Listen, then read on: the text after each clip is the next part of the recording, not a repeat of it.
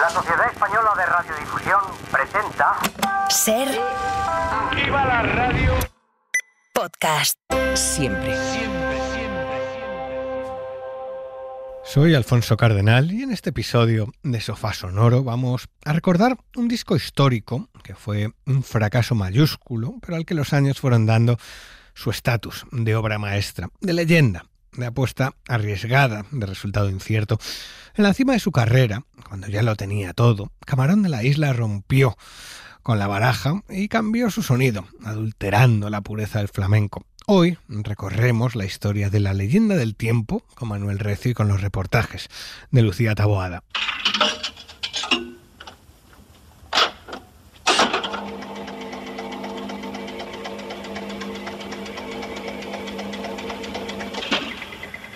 Los grandes discos de la historia de la música se escuchan en el Sofá Sonoro de la SER. Dirige y presenta Alfonso Cardenal. El 16 de junio de 1979, un grupo de amigos andaluces recibió una condena por ultraje a la bandera. La pena fue de 2 años, 4 meses y 6 días de cárcel. El delito fue robar una bandera nacional de un puesto de la Cruz Roja y tirarla debajo de un puente. Se les condenó por ultraje. Ese mismo día, en Andalucía, se cometió otro ultraje, uno que para muchos hubiera requerido una condena mayor. Aquel viernes de 1979, Camarón de la Isla publicó La leyenda del tiempo. Bienvenidos al Sofá Sonoro.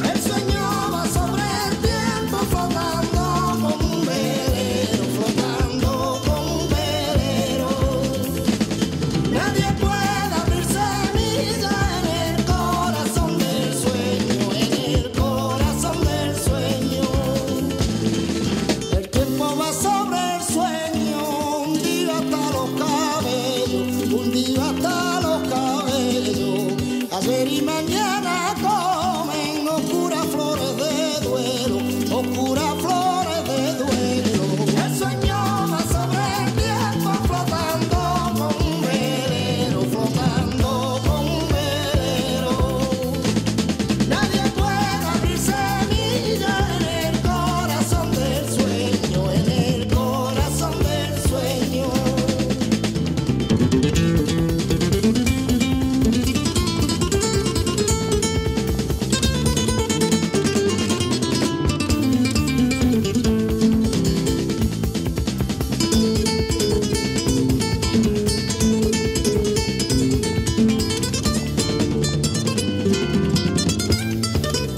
Tras acabar su contrato con Philips y cansado de las broncas que le echaba su productor, el padre de Paco de Lucía, Camarón de la Isla decide dar un paso nuevo en una dirección desconocida.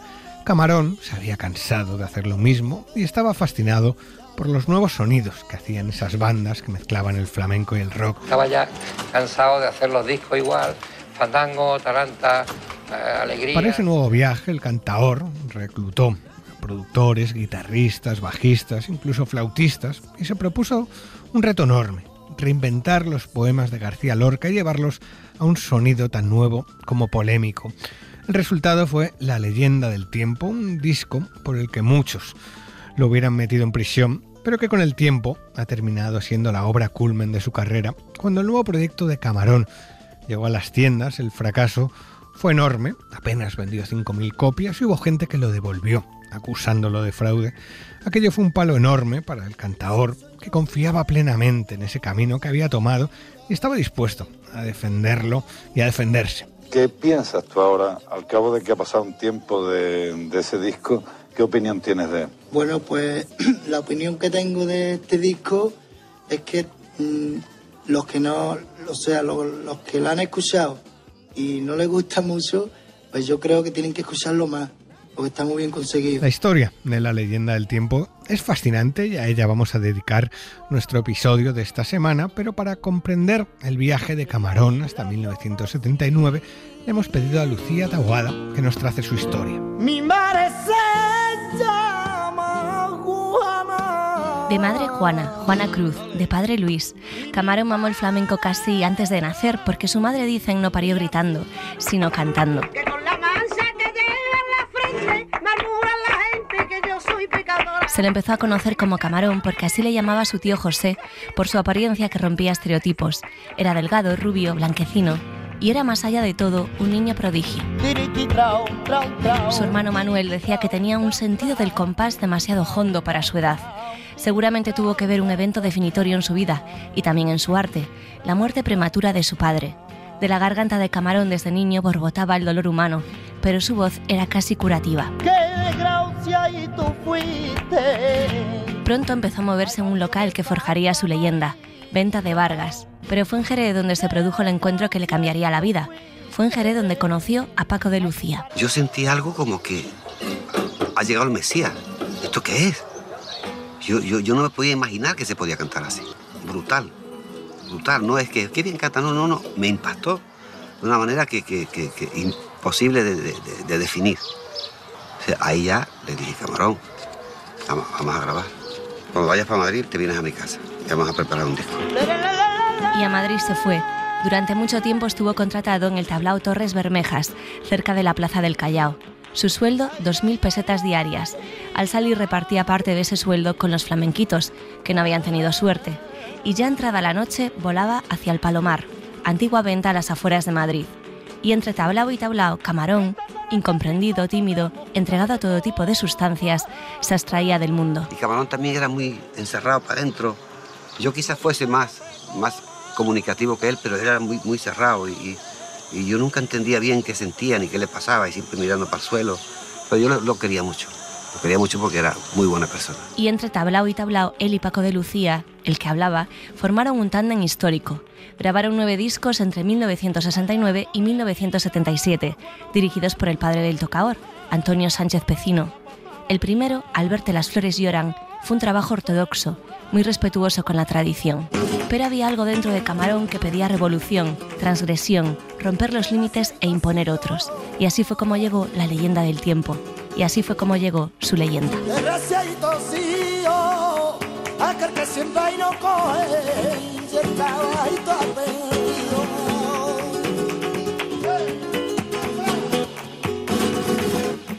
Ay, tú nunca la desampares.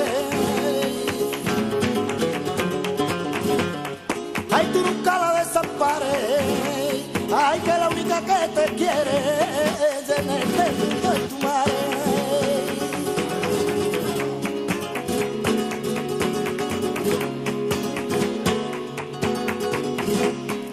Como castillo de arena,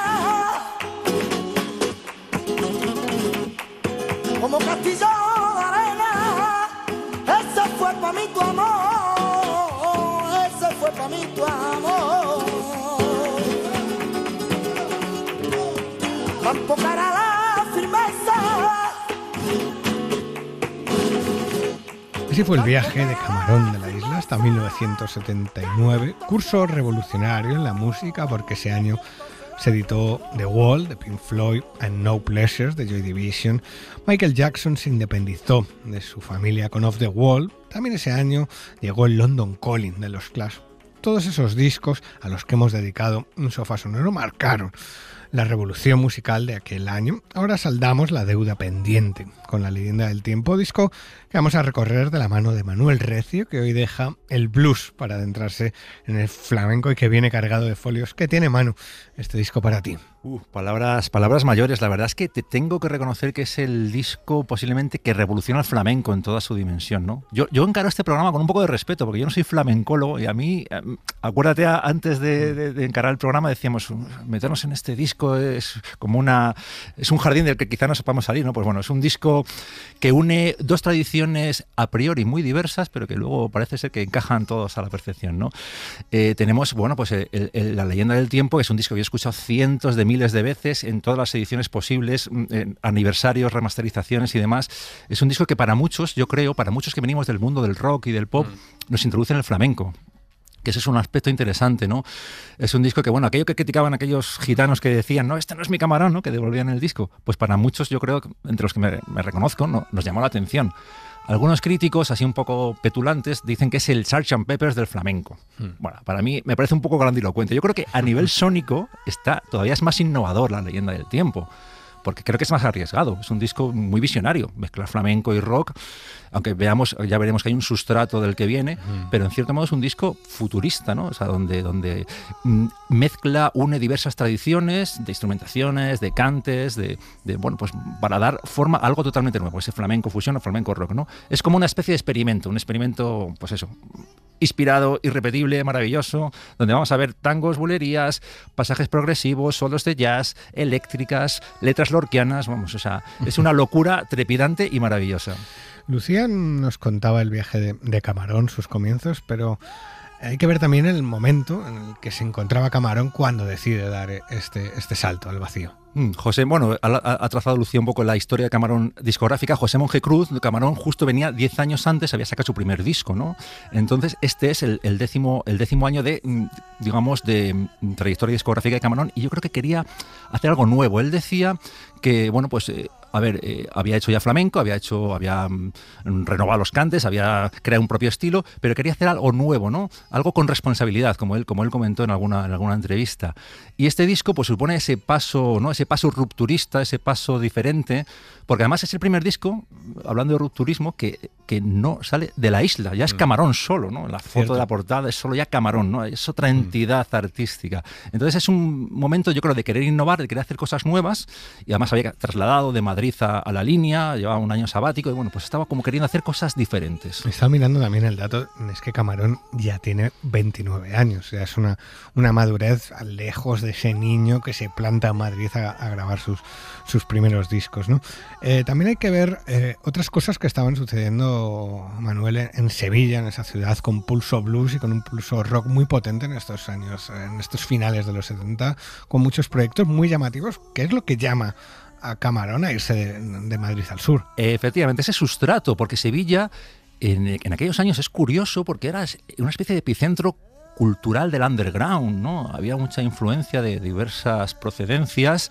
Hay un libro muy interesante que le recoge toda esta Sevilla contracultural que lo edita Silex, se llama Esta vez venimos a golpear, vanguardismo, psicodelias y subversiones varias en la Sevilla contracultural, de Fran Matute, que está muy bien porque analiza todos esos grupúsculos de hippies, de gente que quiere hacer cosas diferentes a la tradición flamenca y folclórica. El factor clave para mí es que hay 3 bases americanas en un radio de kilómetros muy cercano. La base de Morón, la de Rota y la de San Pablo. ¿Qué ocurre ahí? Que hay unos intercambios culturales muy interesantes. Los discos que llegaban a la base, pues es que a lo mejor Jimi Hendrix, que editaba en el 67 pues su Electric Ladyland, llegaba a Sevilla a la semana. Claro. Y por supuesto estaban todos en los ambientes hippies de la Alameda o de los barrios así más contraculturales de Sevilla. Bueno, así es como se adentra en el blues los hermanos de Amador, claro. Raimundo y luego aparte que tenemos grupos que en el 67, por ejemplo, en España, que triunfaban los Brincos, los Bravos, ¿no? Todos estos grupos así de pop. Claro, en Sevilla se funda Smash, que Smash es un grupo pionero en el rock andaluz, uno de los primeros intentos de unir psicodelia, música hindú y toques flamencos, ¿no? Estaba Gualberto, que sale en el disco, por cierto, y estaba Manuel Molina, que era un guitarrista flamenco, pero ya estaban haciendo ahí sus experimentos, mezclando diferentes proyectos. Luego, a mediados de los 70, en Sevilla surge Alameda y Triana, ¿no? Los pioneros del rock progresivo andaluz, sinfónico, ¿no? Con raíces andaluzas y algo de jazz, y luego vienen, siguiendo esa tradición, pues los Pata Negra, los Veneno y, bueno, otros muchísimos más. Hay un sustrato muy interesante, muy enriquecedor. Una de esas bandas era Veneno, el grupo de los hermanos Amador y de Kiko Veneno, que acabarían siendo parte de este proyecto y que en 1977 publicaron uno de los discos más importantes de la historia de la música en España. Junto con toda clase de delincuentes, a veces comen en frío y otras en caliente. Roban todos los días 2 coches, uno por la mañana y otro por la noche. Es muy familiar su ternura y la facilidad con que divisan la basura. Al final me buscan una ruina y me venden como una lata de sardinas. Me quiero asegurar que mi sombrero está bien roto y los rayos pueden entrar en mi cabeza. Te quiero conquistar con el suave viento gratis y fresco de mi abanico de cristal. De mi abanico de cristal. De mi abanico de cristal.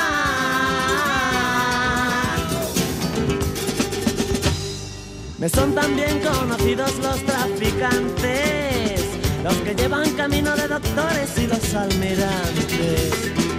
Llaman a las puertas de mi casa, vendedores de cadenas y también de alhajas. Yo por mi parte miro por el agujero, pero alguien tapa el cristalito con el dedo. He reconocido sus huellas, esta noche dormiré con estrellas. Kiko Veneno, cantando Los Delincuentes, uno de los temas de Veneno, que luego daría nombre a una banda muchos años después. Este es uno de los discos que marcó a Camarón y que posteriormente influiría en un montón de bandas. Otro grupo clave de esos años 60 es Smash, banda de blues rock progresivo psicodélico, donde estaba Manuel Molina, luego con Lola y Manuel Molina, guitarrista favorito de Ben Harper, que nos lo contó en una entrevista que hizo David Moreu, y todos ellos marcan esa escena de la que bebe Camarón, y todos estos proyectos tienen un personaje en común: Ricardo Pachón. Ricardo Pachón, que es un tipo, además, era un abogado que pertenecía como a la burguesía sevillana, pero que era un loco del rock, ¿no? Él era estudioso del flamenco, pero sobre todo era rockero, de alma rockera. Y hay pues él vivía en la zona de la Giralda y demás, y de repente se traslada a vivir al barrio de Los Remedios, que está colindante con Triana. Y ahí como que entra en contacto con las fiestas, las bullas, los patios, las corralas flamencas, y descubre todo un mundo, ¿no? Pues como muy, muy enriquecedor, muy, muy interesante para abordar a nivel musical, ¿no? Además, Ricardo Pachón es un tío que tenía una cultura musical. Por ejemplo, pues él cuenta que en París ya había comprado pues el Sketches of Spain de Miles Davis, que ya une ciertos, ¿no?, fusiones de jazz y flamenco. Y bueno, pues tenía una especie también de culturilla rockera, pero le interesaba mucho el flamenco, ¿no? Era investigador del flamenco. Ricardo Pachón, que es un personaje clave en la música en España. Mencionabas lo de Triana, también es el productor detrás del documental de Triana, de cómo se desmonta el barrio de Triana, de los clanes herreros gitanos, y da pie a las 3.000 viviendas con el despropósito urbanístico que yo conllevo. Ricardo se convertiría en el manager de Camarón y en productor y compositor de La Leyenda del Tiempo, así que es el impulsor y figura clave de este proyecto también. Es que es más, yo te diría que quizás el productor más influyente del flamenco moderno, Ricardo Pachón. Igual el más odiado por todo ello. También por los puristas, desde luego, ¿sabes? Él, como te decía, pues él sobre todo era investigador, ¿no? Él tenía alma rockera, pero era investigador. Él además había producido pues a Smash, había trabajado pues con Alameda, con Lola y Manuel. No, Lola y Manuel en el 75 sacan un disco, Nuevo Día, que es un experimento también muy hipnótico, ¿no? De mezclar ahí guitarras y cantes flamencos, ¿no? Pues que todo esto es Ricardo Pachón el que impulsa a los músicos a experimentar, ¿no? Y aparte, Ricardo Pachón pues era amigo de todos ellos, de Manuel Molina y demás, y es como una especie de conseguidor, ¿no? El gran conseguidor. Y además creo que tenía una cuestión interesante para mí, que es no tenía esa mirada iconoclasta, tenía una mirada iconoclasta hacia el arte de Camarón. No era uno de estos que veneraba a Camarón. Camarón en esa época era una deidad en el flamenco, claro, ¿no? Las mujeres llevaban a Camarón, ¿no?, a sus hijos para que les tocara, les pusieran las manos. Camarón era como un mito, ¿no? Entonces yo creo que esa mirada no ortodoxa, ¿no?, que tenía sobre Camarón le atribuye, le influye para que puedan explorar otros caminos, ¿no? Es un tipo que tenía como productor una idea clara de lo que quería hacer con Camarón. Ricardo Pachón, que sabe del asunto, que te quiere convertir en un rockstar. ¿Sabes lo que quiere decir eso? Te van a perseguir las fans como a un Miguel Bosé cualquiera. Me parece divino esa forma de pensar, porque es que es lo que estamos intentando, ¿no? De hacer, no sé, saliendo un poco de lo que es el flamenco puro. ¡Vámonos!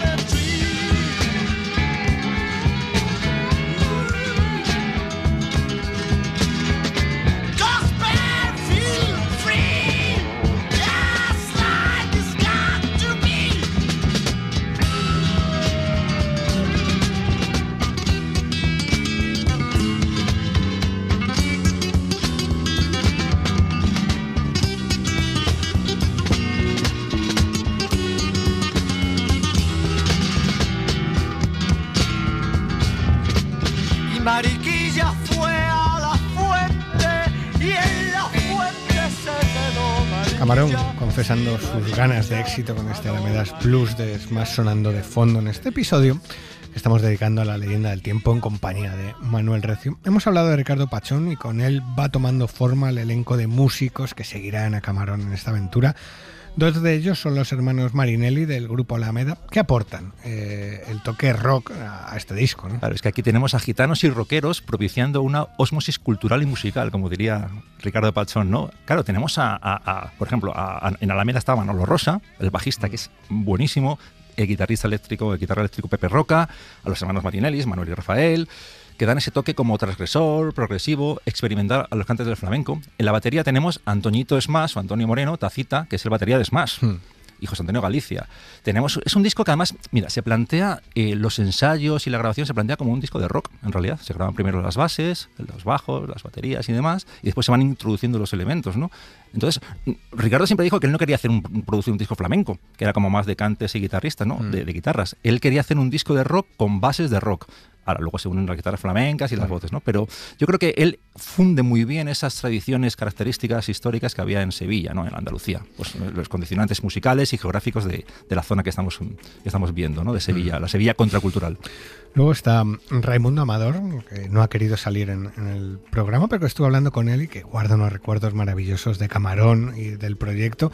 Y también está Kiko Veneno, del que luego hablaremos, pero me gustaría destacar a Tomatito, que se convierte en el gran socio de Camarón, pero que cuando vio la que se estaba liando en la grabación, tuvo la tentación varias veces de coger el petate y largarse diciendo: nos van a matar los puristas del flamenco, ¿eh? A mí me encanta. Porque él sí viene de esa tradición, con todos estos artistas que han mencionado. Él es el que viene más del purismo junto con Camarón. El gitano puro. Él venía de Almería, que yo creo que ahí, del barrio de La Chanca, ahí hay un condicionante interesante, ¿no? Los gitanos de esa zona del occidente andaluz eran como más serios, más puristas, menos osados, ¿no? Claro, cuando llega a la Sevilla, a los ensayos con Ricardo Pachón y con los Amador, con Kiko Veneno, con todo el mundo, dice, pero bueno, empieza. La primera impresión yo creo que le da es, dice, si yo grabo esto, mi familia me deshereda, ¿no? O sea, me sacan del clan, claro, ¿no? Estaba preocupado por la reacción que iba a tener su propia gente. Claro, o sea, es que su propia gente, porque además el ambiente de Sevilla era como muy desinhibido, muy experimental, y yo creo que para un gitano serio como era Tomatito, ¿no? Como era José Fernández Torres, era como un choque. Además, él era muy jovencito, tenía 20 años, llevaba un par de años tocando con Camarón en directo,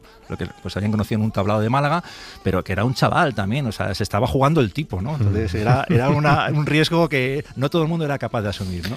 Y habrá, Manu, algún oyente en casa pensando en por qué todavía no hemos dicho el nombre de Paco de Lucía, el escudero, el compañero, el socio de Camarón, pero es que Paco no está en este disco. ¿Por qué? No está, iba a estar, porque Ricardo Pachón le llamó, quería que estuviera en el disco, pero no está pues por una cuestión familiar, una cuestión de lealtad hacia su padre, el productor de Camarón hasta esa época, Antonio Sánchez, que era el productor de todos sus discos. El manager. El manager productor deja de trabajar con él y claro, la familia estaba dolida. La familia de Paco de Lucía estaba dolida, claro, y la habían acogido, lo pasaron mal. Siendo un niño casi, claro, en su casa. Aparte que Paco y Camarón eran amigos inseparables, se conocieron en Madrid y bueno, de noches de juerga, de flamenco y demás, eran como uña y carne y de repente yo creo que también a Paco de Lucía, pues por el tema este de la lealtad hacia su familia, no quiso participar, pero en el fondo luego le dolió, ¿no? En parte porque era un disco que Paco de Lucía que hubiera brillado como nadie, pero bueno, no estuvo por este tema familiar, ¿no? Esa afrenta contra su padre por dejar de trabajar Camarón con él. El enfado duró un par de años, tiempo en el que no se dirigieron la palabra. En el documental Camarón, Flamenco y Revolución de Alexis Morante explican cómo fue el reencuentro y es un gusto escuchar el momento narrado por Juan Diego. Desde la espantada de Camarón al padre de Paco de Lucía, los dos genios no se habían cruzado la palabra en demasiados años. Parece ser que Paco lo resolvió con un gesto de diplomacia exquisita. Caminando por el Hotel Alcalá de Madrid, Paco pasa por la habitación de Camarón y le dice: ¿qué pasa, maricón? Maricón tú, le contestó el otro. Y sin más, la amistad volvió a su sitio. Y se meten en el estudio para grabar un nuevo disco. Limpiaba el agua del río como la estrella de la mañana.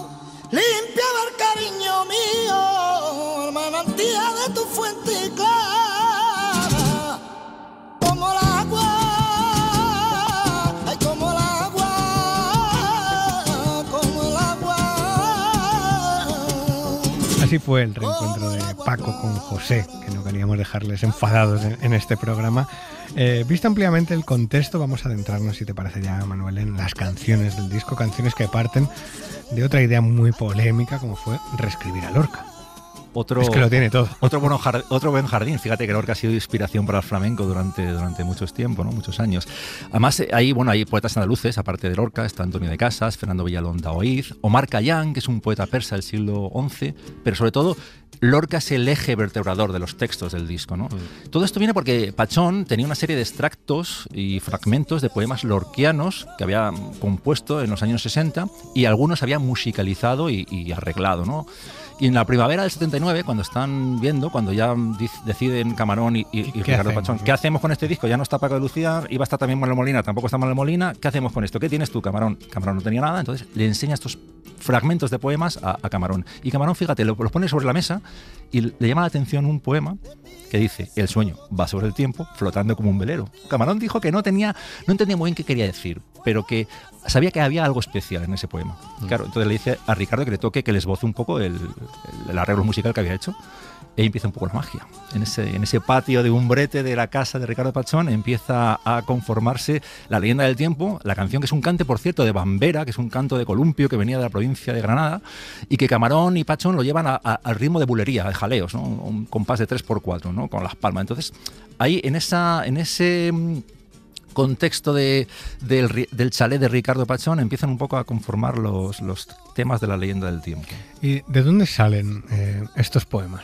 Mira, coincidencias de la vida. Ricardo Pachón tenía un par de vecinos allí en su urbanización, en Umbrete, que eran catedráticos de español de la Universidad de Copenhague y que le ayudaron a encontrar los textos de Lorca, porque él quería hacer pues, una serie de canciones a través de poemas lorquianos. Y entonces, La leyenda del tiempo, que son unas cuartetas octosílabas, estaban en la obra de teatro, así que pasen 5 años. Solo cogieron las cuartetas octosílabas. El romance del amargo, por ejemplo, viene de un romance del emplazado, que está compuesto a ritmo de soleá. Mi niña se fue a la mar y Nana del caballo grande estaba en la obra de teatro Bodas de sangre. Y luego, por ejemplo, La tarara, que aquí está con un arreglo de taranto maravilloso, una musicalización espectacular, era una canción popular infantil de origen sefardí que Lorca compendió y pues escribió el poema, y aquí Camarón recupera, ¿no? Camarón y Ricardo Pachón recuperan cerrando un círculo maravilloso, porque yo creo que La tarara, la versión de este disco, es de las canciones más populares y emblemáticas que tiene La leyenda del tiempo. Mi hija la canta a menudo.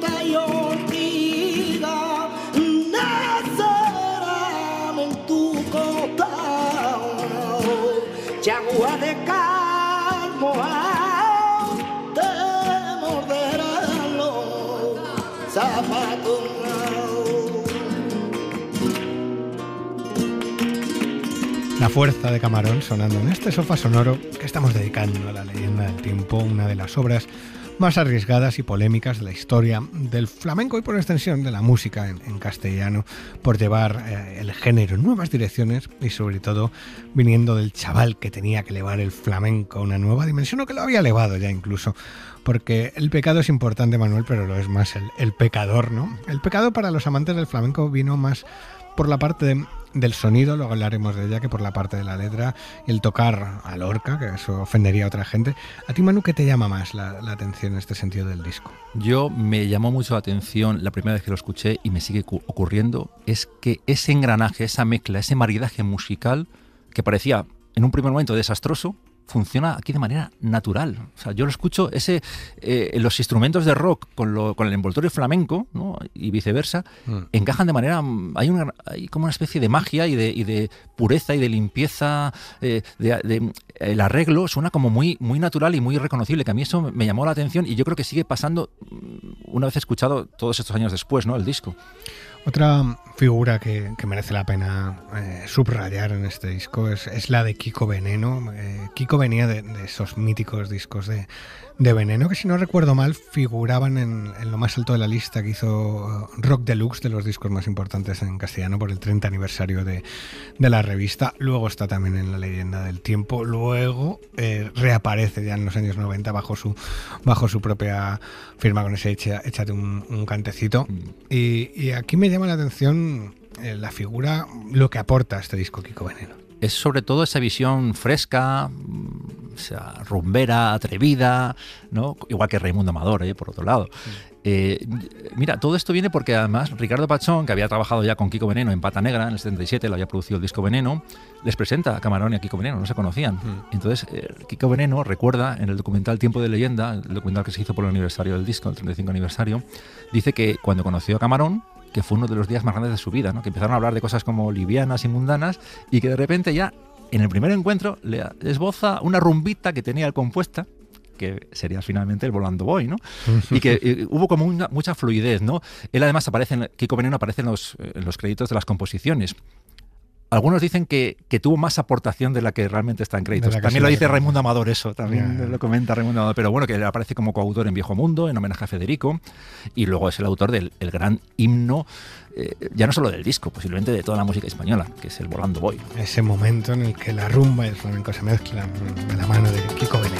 Volando voy, volando vengo, volando voy, volando vengo, por el camino yo me entretengo, por el camino yo me entretengo.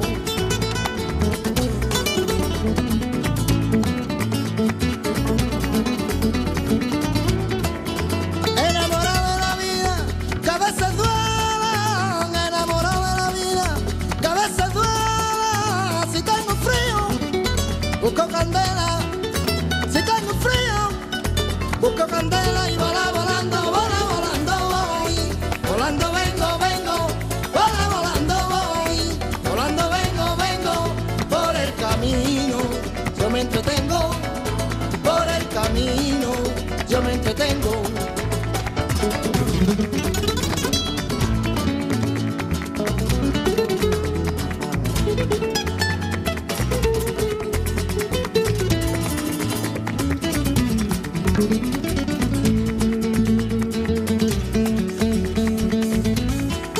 Señoras y señores, sepan ustedes, señoras y señores, sepan ustedes que la flor de la noche, pa' quien la merece, que la flor de la noche, pa' quien la merece, y vola volando voy, volando vengo, vengo, vola volando voy, volando vengo, vengo, por el camino yo me entretengo, por el camino yo me entretengo.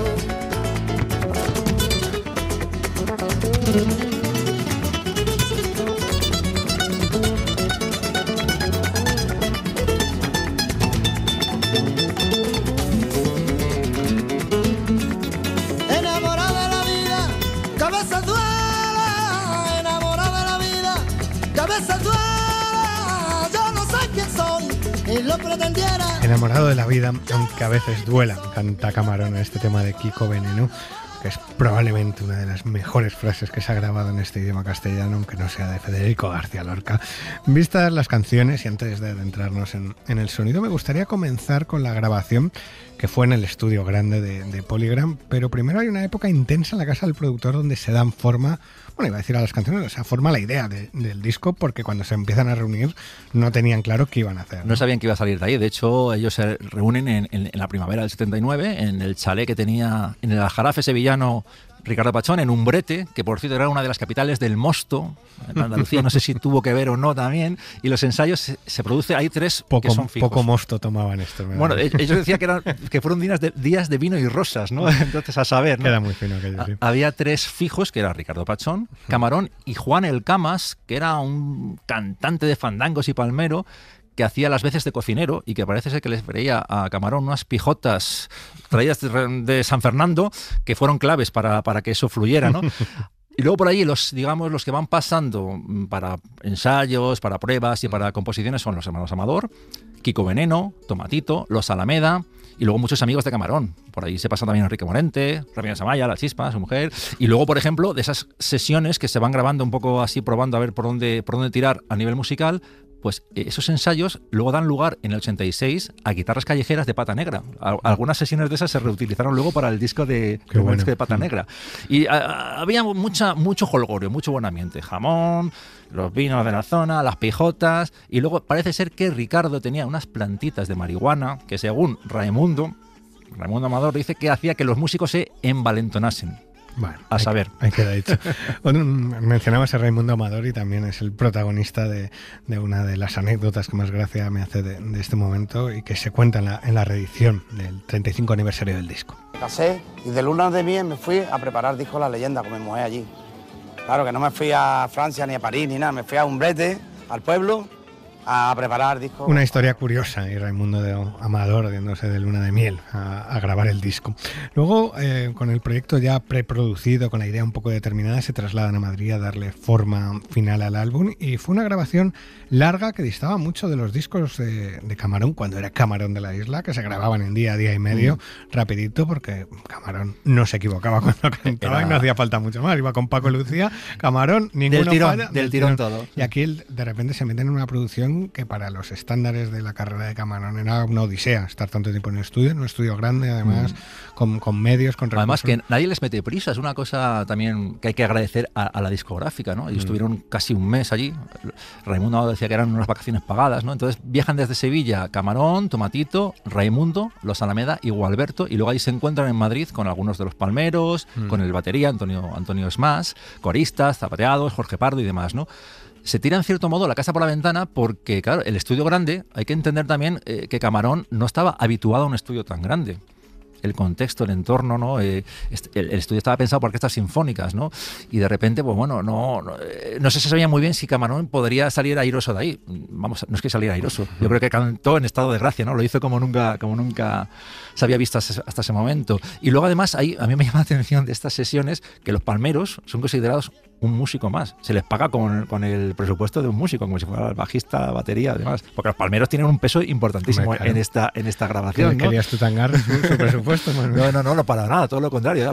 Era dignificarles y para alabarles. Y luego a mí me llama la atención, decían uno de los músicos que cuando quitabas el resto de arropaje sonoro, ¿no? Todas las baterías, las guitarras y demás, que escuchabas solo la voz de Camarón, y que es que era como un metrónomo perfecto, que estaba clavado, que el tío lo hizo, que cantó como una claqueta humana, ¿no? O sea, que se sintió cómodo, ¿no? Para ser un estudio al que no estaba habituado a cantar. También cuando vieron el estudio y la envergadura que estaba tomando el proyecto, deciden tomar la decisión de que la grabación no se les fuese de madre, que fuese una grabación libre de drogas, sin vino y que fuese lo más profesional que habían hecho hasta el momento, ¿no? A ver, yo he leído, alguno decía por ahí que una de las labores de productor de Ricardo Pachón era encontrar el hachís, pero eso no sé si está contrastado, pero lo que sí que es verdad es que Antonio Sánchez, el anterior productor de Camarón, que el padre de Paco de Lucía, era como un tío muy serio, ¿no? Muy recto. Y aquí hay un ambiente más distendido. Había mucho bocadillo de mortadela, mucha risa, muchos refrescos, mucha camaradería, y se ve que no hubo tantos excesos. Hubo ahí una mezcla extraña. Los técnicos de Polygram debieron estar un poco alucinando porque de repente aparecía pues el Rubén Dantas, que era el percusionista, pues en tanga brasileño, con su pelo afro, ¿no? Pululando por ahí por el estudio grande, rockeros de pelo largo, gitanos, coristas, o sea, una mezcla un poco que a algunos le pareció atónita, Tomatito entre ellos, ¿no? Pero que luego parece que todo fluye de manera espectacular, ¿no? Bueno, y para muestraros el resultado de maravillas como esta.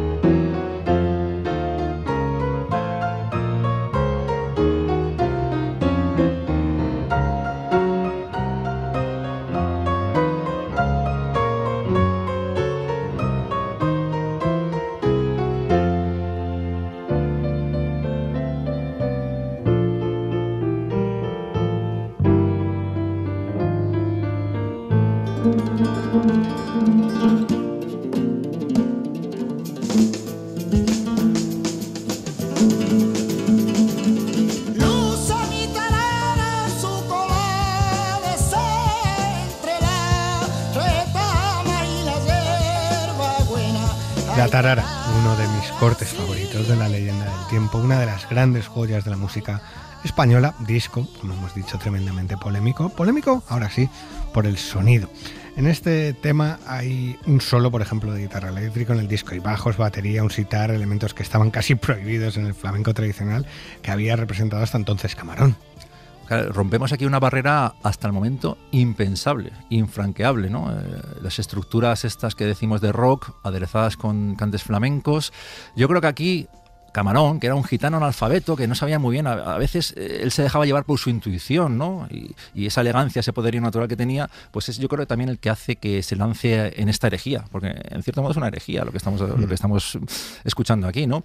Él dice que no sabía explicar, cuando escuchaba, por ejemplo, pues a gente como Chick Corea o como los Rolling Stones, no sabía explicar lo que hacían, pero él entendía que tenían algo, ¿no? Decía, hay algo que hay ahí que me gusta y que me llega. Y eso es lo que yo busco con este proyecto, ¿no? Con este rock flamenco gitano, ¿no? Que estaban haciendo aquí, ¿no? Entonces, bueno, pues funciona, porque el paso de los años nos ha demostrado que ha sido una buena apuesta. O sea, entendemos fácilmente por qué es polémico este disco, pero ¿por qué es revolucionario, Manuel? Mira, hay una anécdota que cuenta el bajista Manolo Rosa, que en una de las grabaciones, en uno de los momentos, él mete un bajo en una bulería. En una especie de compás que era un silencio sagrado, ¿no? Era un terreno desconocido, y él dice que mete un bajo ahí porque le pareció musicalmente interesante. Pues ahí estamos rompiendo lo sagrado, ¿no? La tradición del flamenco la estamos renovando con elementos del rock. Y bueno, en cierto modo es revolucionario porque es un disparate. El disco es un disparate hermoso, con su propio universo, pero que es una combinación muy atrevida, ¿no? Hay una hoja promocional que escribe Diego Manrique, que estaba en el encarte del disco y luego está recuperada en las diferentes ediciones que han hecho, que hace una reflexión interesante. Él decía que la hoja promocional de La leyenda del tiempo, que había una voluntad de Camarón por no modificarse y que asume una necesidad de riesgo para resolver ese maldito dilema entre la tradición y la renovación, ¿no? Y que lo que hace, en cierto modo, es desafiar las iras de los inmovilistas. Bueno, pues ahí está a lo mejor un poco la revolución. es que es osado, es hereje, es atrevido, es impuro. Un camino nuevo el que toma Camarón en este viaje. A mí me encanta la capacidad de meter canciones, que es algo dentro también del flamenco, pero aquí se les va la mano abriendo géneros tan diversos como, bueno, que haya bulerías, pero también un tango, que haya rock, que haya rumba. Es una mezcla maravillosa. ¿A ti qué te gusta más, Manuel, del sonido de este álbum? Pues que hay alegrías, cantiñas, tarantos, ¿no? Esa pureza que decíamos que a veces es un arma de doble filo, ¿no? Pues aquí lo unimos de manera muy jugosa para ampliar fronteras, ¿no? Esta mezcla de amalgamas impuras, ¿no? Que están al margen de la ortodoxia. Pues a mí me gusta mucho la mezcla enriquecedora y me gusta mucho, yo cuando lo escuché de las primeras veces, me llamó mucho la atención las guitarras de Tomatito.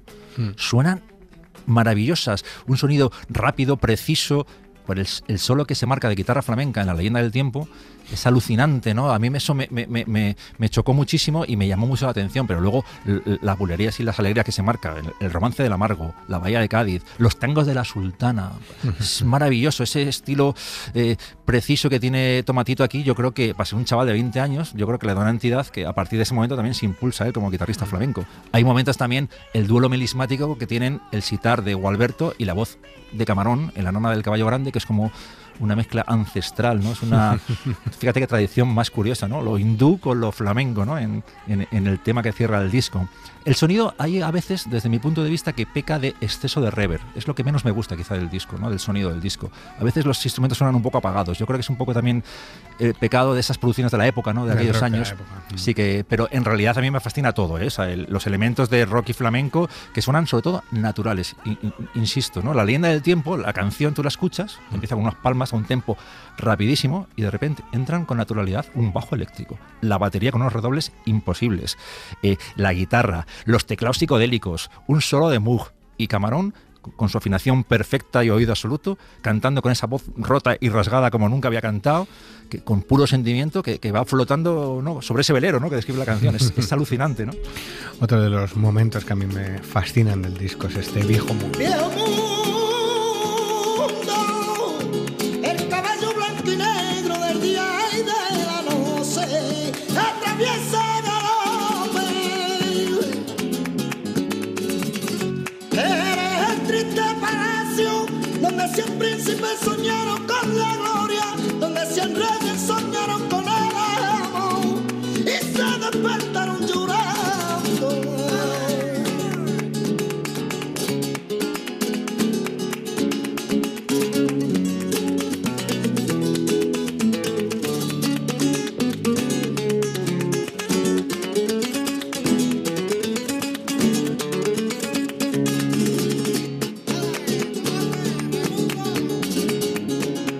Un poco de pan y un poquito de agua fresca, la sombra de un árbol y tu sol resulta más feliz que yo, ni mendigo más pobre.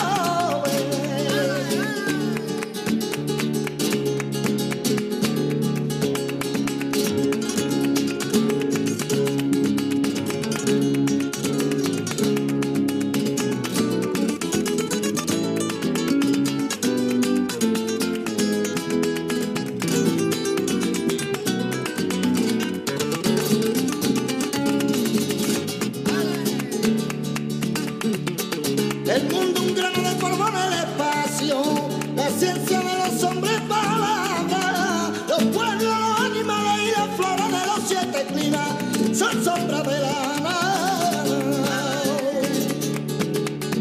Quiero al amante que me dé felicidad y desprecio al hipócrita que reza una plegaria.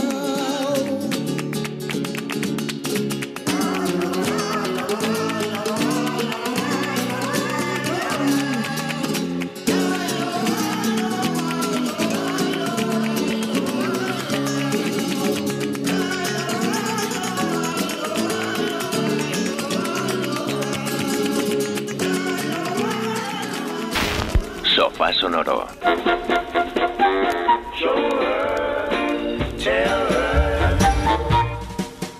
Cadena Ser.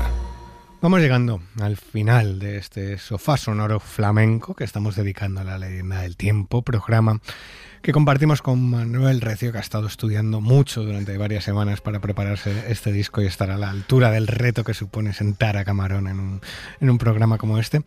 Mirando los géneros, también hay una cosa que me llama la atención, que es algo que reconocía el propio productor del disco. Bueno, pues el flamenco es un lenguaje musical nuestro, ¿no? Autóctono. Es decir, un ritmo como la bulería o como la soleá pueden ser como el blues o como el rock. Bromas aparte, lo que sí que es verdad, Manuel, de este álbum es que fue un sonoro fracaso. Lo decíamos al principio, pero la magnitud del fracaso es enorme. Yo, fíjate, habitualmente Camarón estaba en sus ventas en unas 30.000 copias o así, y este disco, cuando salió, no llegó a 6.000, 7.000 copias, o sea, unos registros mínimos, ¿no? Sobre todo lo crucifican puristas, flamencólogos y gitanos, ¿no? Su entorno. Se interpreta... Era parte de su público principal. Claro, el público principal, y le supuso un momento de recapitalización, ¿no? Y de decir, bueno, ¿qué estoy haciendo con este disco? A lo mejor nos hemos ido demasiado lejos. De hecho, algunos amigos le decían que se había salido de la línea. Aunque es verdad que luego... Es que lo duro es que muchas de las críticas venían de la gente que él quería. De su entorno, claro, Rancampino, de amigos, de familia y demás, que no eso es muy a él, duro. A todos los músicos del disco. Sí, claro. a todo el entorno, a Ricardo Pachón, primero también. Pero luego, fíjate, la crítica rockera, la crítica del rock es más benévola y ensalza el disco. Hay unas críticas que se publican pues cuando sale el disco, Vibraciones, por ejemplo, en septiembre del 79, pues habla de que es un estallido de sangre, un nuevo despertar de gargantas y guitarras flamencas, gitanos, rockeros, raíces auténticas y una sorpresa refrescante. O por ejemplo el ABC, José Ramón Pardo hace también una crítica maravillosa del disco, diciendo que el ropaje eléctrico o percusivo no resta un ápice de profundidad a unos textos perfectos y a una de las grandes voces del flamenco actual. O sea que luego los rockeros sí que vieron ahí ese impulso innovador que trajo el disco a... Claro. ¿Y cómo afectó el fracaso a Camarón? Estuvo un par de años sin grabar, sin pisar un estudio, y es verdad que las fotos que se ven de las sesiones, de los ensayos y sobre todo de las grabaciones, a él se le ve muy sonriente, muy relajado, muy disfrutón. O sea que muchos de ellos dicen que fueron los momentos más felices de su carrera, pero obviamente le afectó, las críticas le afectaron y pasó un tiempo un tanto deprimido, no sabiendo muy bien por dónde dirigirse, si había ido demasiado lejos, como decíamos. Claro, él decía que al final Camarón es Camarón y ya había demostrado lo que tenía que demostrar. Entonces la pureza al final no se puede perder, ¿no? Cuando uno lo lleva dentro, si es Camarón, pues todo lo que haga Camarón va a sonar flamenco, pero sí que es verdad que pasó unos años un poco deprimidos y que a Ricardo Pachón le dijo: Ricardo, el próximo disco, guitarra y palmitas. y esa es la siguiente pregunta: ¿cómo fueron los próximos pasos de Camarón en su carrera? Pues los próximos pasos es que en el 81 saca con Paco de Lucía ya Como el agua, que fue un éxito moderado. En el 83 Calle Real, con Tomatito y Paco también. Uno de sus discos más vendidos sale en el 89 con Soy Gitano, que de hecho fue hasta ese momento el disco más vendido de Camarón, solo superado por Potro de Rabia y Miel, que es el último disco que edita antes de morir, que fue en julio del 92. Y fíjate, en vida Camarón no vendió más de 400.000 copias. Claro, a raíz de su muerte es cuando comienza la leyenda, ¿no? Camarón, que murió en un año clave en la historia de España, entre los Juegos Olímpicos de Barcelona y la inauguración de la Expo de Sevilla, y fue una de las grandes noticias de ese momento. Una pregunta que me falta para cerrar el programa es: ¿cómo se gesta, Manuel, el resurgir de este disco? ¿Cómo fue ese proceso, ese viaje de ser un fracaso a ser considerado una obra maestra? Tiene mucho que ver la crítica más rockera, más mainstream. Es verdad que hay muchas actuaciones de esa época de Camarón en televisión. O sea, hay una parte de rechazo de su gente, ¿no? de su público habitual, pero ¿cómo va cogiendo ese estatus de obra maestra? De hecho, me sorprende que no se toca en directo más que una sola vez. En Barcelona, en julio de ese año, del 79, es la única vez que se interpreta en directo el disco de La Leyenda del Tiempo, porque es que fue un fracaso y porque Camarón no estaba muy convencido de lo que había hecho. Mira, ahí hay un diálogo que hacen Tomatito y Camarón en una entrevista que les he escuchado, que cuando, claro, Tomatito decía: pero piano, Camarón, José, piano, batería, flauta, tal, esto no está muy feo, esto no estamos yendo muy lejos. Y Camarón le dice a Tomatito: tú tranquilo, que nosotros esto lo arreglamos, le damos un toque flamenco y verás como la gente que no lo entiende ahora, dentro de 20 años, lo entenderá. Entonces ahí está quizá la clave, la perspectiva, ¿no? El tiempo ha hecho que el disco adquiera un cariz icónico, mítico, rompedor. De hecho, algunos flamencólogos que en su momento lo criticaron con el paso del tiempo dicen, a lo mejor fuimos un poco injustos o fuimos demasiado despectivos, ¿no? Claro, la clave también puede ser que lo firma es Camarón. Discos experimentales, innovadores, en Sofás Sonoros hemos escuchado miles de ellos, cientos de ellos hay, ¿no? Ahora que lo firme y que lo asuma Camarón, eso ya a lo mejor es una de las grandes puertas, ¿no? Y luego me gustaría citar aquí un momento televisivo que para mí es muy, muy determinante de cómo el disco ha adquirido ese aire mitológico. En El Ministerio del Tiempo, una de las series de televisión española, hay un homenaje maravilloso al disco y a Camarón y a Lorca. Pues uno de los agentes del Ministerio del Tiempo lleva a Lorca, ¿no?, a la Granada del 79 para que escuche a Camarón. Y Lorca, el actor, lo hace fenomenal, Ángel Ruiz, se queda escuchando y dice, si ese es mi poema. Tanto tiempo después, España aún se acuerda de mí. Entonces he ganado yo, ellos no. Y ese momento es súper emocionante, a Lorca escuchando a Camarón cantando La leyenda del tiempo. Es uno de los momentos más sublimes, más emocionantes y más eternos de la serie. Ese es mi poema. Tanto tiempo después España se acuerda de mí. Entonces...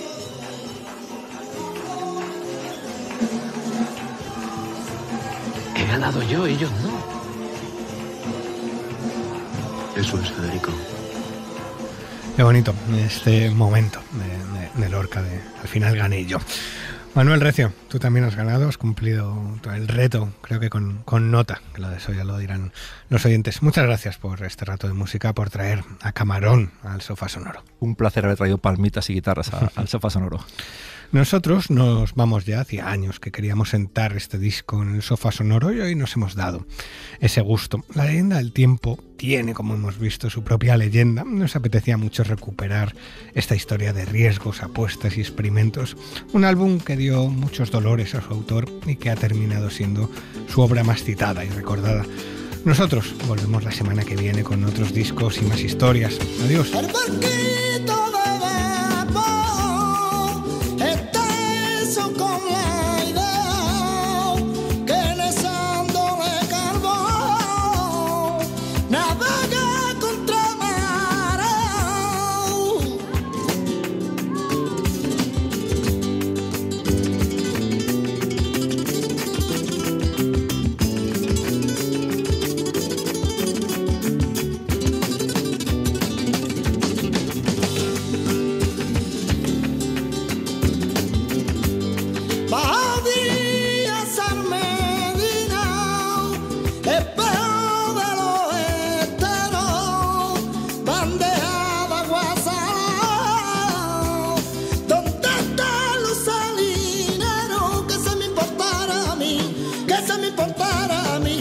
Se seque la salina, ay, mientras yo te tenga a ti.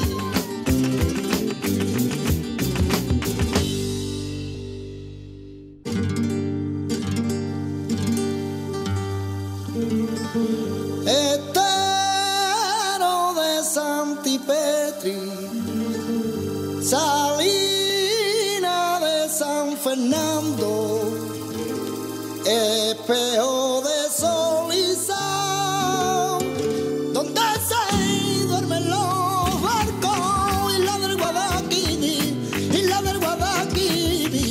Se fueron los moros, ay, que no se quisieron ir.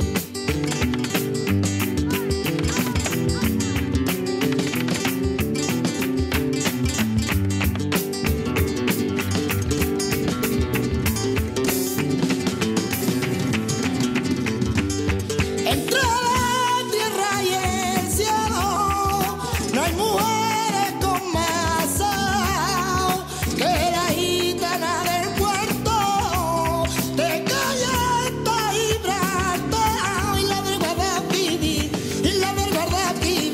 Donde se fueron los moros, ay, que no se quisieron ir. Suscríbete a Sofá Sonoro. Todos los episodios y contenidos adicionales en la app de Cadena Ser y en nuestros canales de Apple Podcast, Spotify, iVoox, Google Podcast y YouTube. Cadena Ser. La radio.